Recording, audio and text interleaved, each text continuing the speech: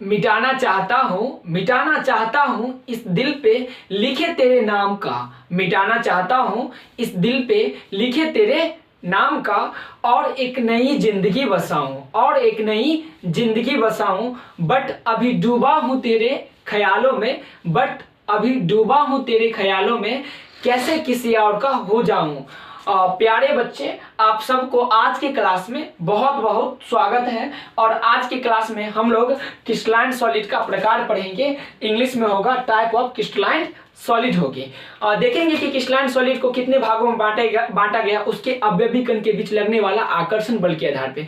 क्योंकि जितना भी एटम है या मॉलिक्यूल्स है या आयन है, उसके जो अवयवी कण होगी उसके बीच कुछ न कुछ बल लगती है, जिसके बारे में हम लोग क्लासरूम प्रोग्राम में स्टडी किए थे। उससे हम लोग आगे बढ़ेंगे। तो अवयवी कण जैसे देख लेते हैं कि मान लेंगे कि ये एक क्रिस्टलाइन सॉलिड है जिसका अवयवी कण ए होगा, बी होगा, ए होगा एंड बी होगा, फिर से ए टाइप का, फिर बी टाइप का, ए टाइप का, बी टाइप का एंड ए टाइप का। तो ए एवं बी के बीच एक आकर्षण बल लगेगी, ए एवं बी के बीच आकर्षण बल लगेगी, हमेशा ए एवं बी के बीच आकर्षण बल लगेगा, ए एवं बी के बीच आकर्षण, बी एवं ए के बीच, ए एवं बी के बीच, बी एवं ए के बीच, इस तरह से एक आकर्षण बल लगेगी। इस आकर्षण बल के आधार पे हम लोग क्रिस्टलाइन सॉलिड को अलग अलग पार्ट में बांटेंगे, क्योंकि ढेर सारे क्रिस्टलाइन सॉलिड पाए जाता है जिसके बीच अवयवी कण के बीच जो बंधन बल होती है वो अलग अलग प्रकार का होगा। तो चलिए स्टेटमेंट देखते हैं। अवयवी कणों के बीच लगने वाला आकर्षण बल कई प्रकार का होता है। एक आयनिक आकर्षण बल होगा, कोवैलेंट होगा, मेटालिक मॉलिक्यूलर होगी और मेटालिक होगा। आकर्षण बल के आधार पे हम लोग क्रिस्टलाइन सॉलिड का वर्गीकरण करेंगे। तो क्रिस्टलाइन सॉलिड को अवयवी कण के बीच लगने वाला आकर्षण बल के आधार पे फर्दर 4 पार्ट्स में डिस्ट्रीब्यूट की गई है। फर्स्ट पार्ट को बोलेंगे आयनिक सॉलिड, दूसरा को बोलेंगे कोवैलेंट सॉलिड, तीसरा को बोलेंगे मॉलिक्यूलर सॉलिड। मॉलिक्यूलर सॉलिड में भी अलग अलग प्रकार के आकर्षण बल लगती है,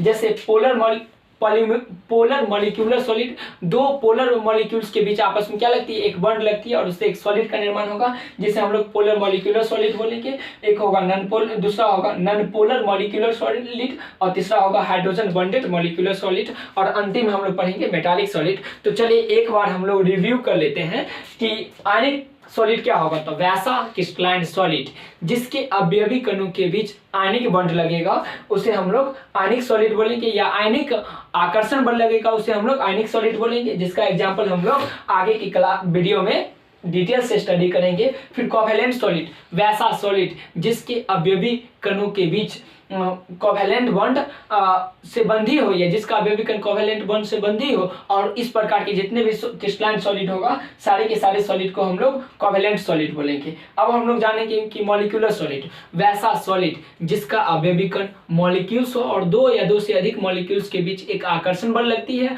और इस आकर्षण बल के कारण एक क्रिस्टलीय सॉलिड का निर्माण होता है, जिसको हम लोग क्रिस्टलाइन सॉलिड ही तो होगा लेकिन इसे हम लोग मॉलिक्यूलर सॉलिड बोलेंगे। ये मॉलिक्यूलर सॉलिड भी मुख्यतः 3 प्रकार से होती है। एक होगा पोलर मॉलिक्यूलर सॉलिड, जिसमें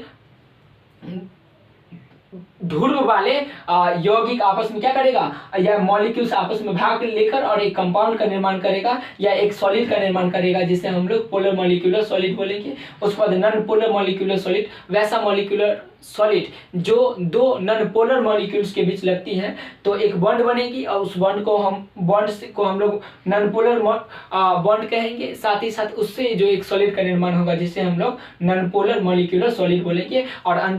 और उसके बाद मॉलिक्यूलर सॉलिड को फिर से एक ऐसा मॉलिक्यूलर सॉलिड होगी जो हाइड्रोजन बॉन्ड से बंधी होगी, और हाइड्रोजन बॉन्ड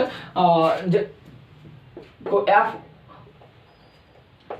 FON नाम का एक ट्रिक से हम लोग काफी डिटेल से स्टडी करेंगे, जिसको हम लोग फोन कहते हैं। फोन लगाएंगे किसको, हाइड्रोजन बॉन्ड को या हाइड्रोजन मॉलिक्यूल को, तो पहचान लेंगे कि क्या होगा, ये ट्रिक है। इसके बारे में डिटेल से स्टडी करेंगे आगे आने वाला वीडियो में। उसके बाद हम लोग जानेंगे कि मेटालिक सॉलिड क्या होगा। तो वैसा सॉलिड जो 2 या 2 से अधिक मेटल के बीच लगती है बॉन्ड, वैसा बॉन्ड जो 2 या 2 से अधिक मेटल के बीच लगती है उसे मेटालिक बॉन्ड कहेंगे, और इस मेटालिक बॉन्ड के कारण एक सॉलिड का निर्माण होगा जो क्रिस्टलीय सॉलिड होगा, लेकिन इसका नाम हम लोग बोलेंगे मेटालिक सॉलिड। तो चलिए आज के इस क्लास में जो भी पढ़े थे एक बार रिमेंबर कर लेते हैं।